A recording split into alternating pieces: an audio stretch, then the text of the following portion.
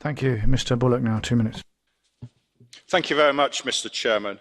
What we are discussing here is a non-legislative, non-binding resolution, the title of which sounds rather innocuous.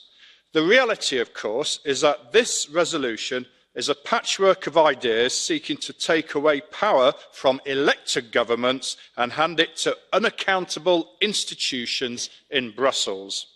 For example, the resolution calls for an EU legal framework for customs infringements and sanctions to harmonise the way VAT is collected and paid across the EU, to transfer customs responsibilities from national authorities to an EU level.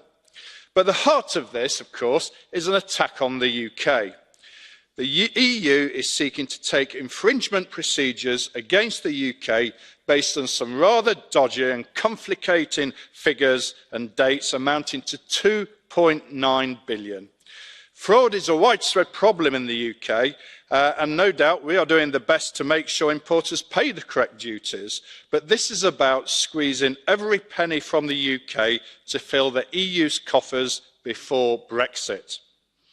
Not only has Theresa May agreed to hand over 40 billion to the EU already as a penalty for leaving, but the EU is now inventing any trumped-up reason to come after the UK.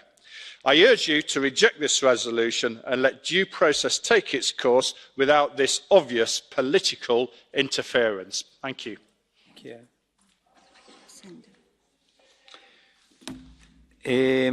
Mr. Bullock, prego, c'è una domanda. Mr. Bullock, there's a blue card for you. Will you take it? Onorevole Ayala Sender. Mrs. Ayala Sender, please. 30 secondi. 30 seconds for the question. Well, I only wanted to put one question to you. Are you aware that in the comments there was a discussion where that particular fraud was broached and where your British counterparts actually discovered that on the day Brexit takes place, if it does, it'll be your problem then, because that will affect your own money. Are you aware of that? Grazie. La sua risposta. Thank you. Your response, please. No, I'm afraid the British government rejects this. What this is obviously doing is raising something when Brexit is happening. It's a way of the EU chasing money off us.